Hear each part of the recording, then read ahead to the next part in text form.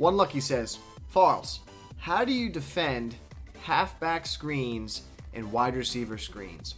Well, that's a great question. So let's first take a look at what makes screens and all that so effective, and then we'll kind of talk about a couple different ways to defend it. So let's just first take, a typical gun split slot formation. You're going to see this a lot for screens. I'm sure you've seen this screen quite a bit in what makes it so successful. So let's take a look. Let's just go 4-3 normal on defense. So a lot of times what can happen is if you play really aggressive and you blitz, what ends up happening is a screen will slip out, and then you can kind of get in trouble, and then you can see this is the result. And that's what ends up happening like third downs, like typically is, you want to get aggressive, so you send the pressure. It's 3rd and 12, 3rd and 15, and your opponent's like, oh, well, I don't know how to pick up 15 yards. Like, it's a lot of the psyche of like knowing the time and the situation of when your opponent wants to run a screen. Like, they want to run a screen on 3rd and very long situations, and the reason for it is because they literally don't have a play or a route like to convert on that type of play. So typically when you blitz, that's when you're going to find that you're going to have a shot where like that's where you're going to get beat. So anytime you get into a situation where it's 3rd and very long or 2nd and very long, like your sniff test should be going off, and that should be like literally screaming at you, and it literally should be telling you like, hey, like, be on the lookout. Like, a screen is probably coming. Like, the sniff test should literally go off for you.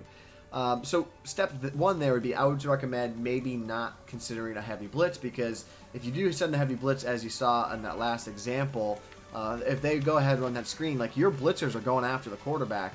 In that case, it worked well. Bad timing by myself. But in your case, when you send all these blitzers like so, snap of the ball, like, they're going after the quarterback, and if they get beat, like, it's all she wrote, right? So the one thing you could consider doing is not sending as many guys after the quarterback in those situations.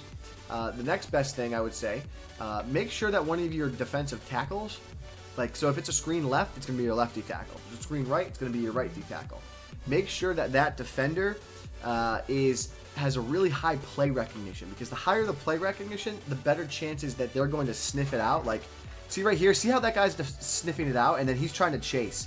So you want to try and click onto that defender. So the more speed he has, acceleration, more play rec, the quicker he'll be to realize it's a screen, and he follows suit and goes.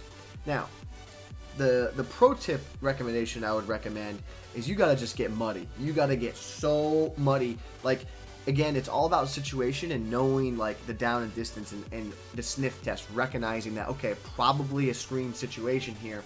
And if it is screen, what you need to do is you got to get up in the belly of the defense, like snap and get aggressive. Like, just get down there, fight, and then you hold Y. You won't run into the blockers, like they won't engage you. So that's why you can get really aggressive. Like, watch how I run in here. Like, those guys aren't going to block me. I just want to get into a spot where if you do throw it, like, I'm in the area and I hopefully get an interception. I know that's what you've probably all have seen some people do to make big plays doing that.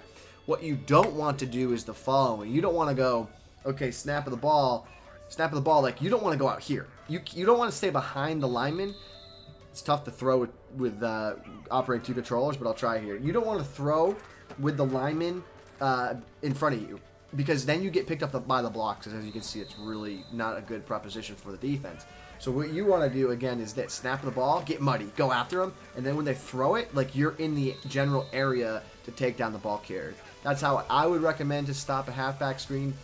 The other thing that you can do, if that's really bothering you, like, you could drop a defensive tackle or defensive end into a flat zone. Like, so he'll drop out there, and it just gives another defender that's going to be out there to eat up a blocker, and then you get a free defender that doesn't, like, from your linebacking core that can come up and make the tackle. So that's how I would go about trying to defend a halfback screen. In wide receiver screens, it's very much the same situation.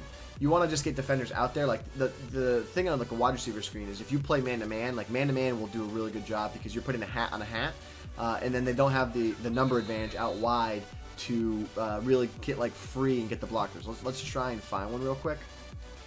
Let's see if we have one in this playbook here.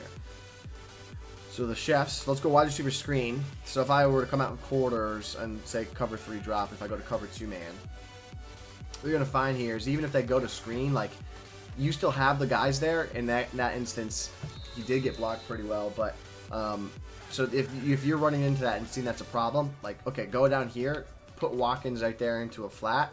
That'll just put him in a better situation to get over there, and then, like, see how he's over there muddy. I got a bad animation when I'm trying to cut up field, and then I get tackled. So that's one way. You can get really aggressive again with a user. Like, it's the same idea as the screen, where, like, snap of the ball, you're just going. You're going, and then you're trying to get there like that. You're trying to jump in. Like, when you face screens, you need to be the aggressor. Don't sit back. Don't get away from attacking the ball. You be the aggressor, and you dictate the pace your opponent runs with.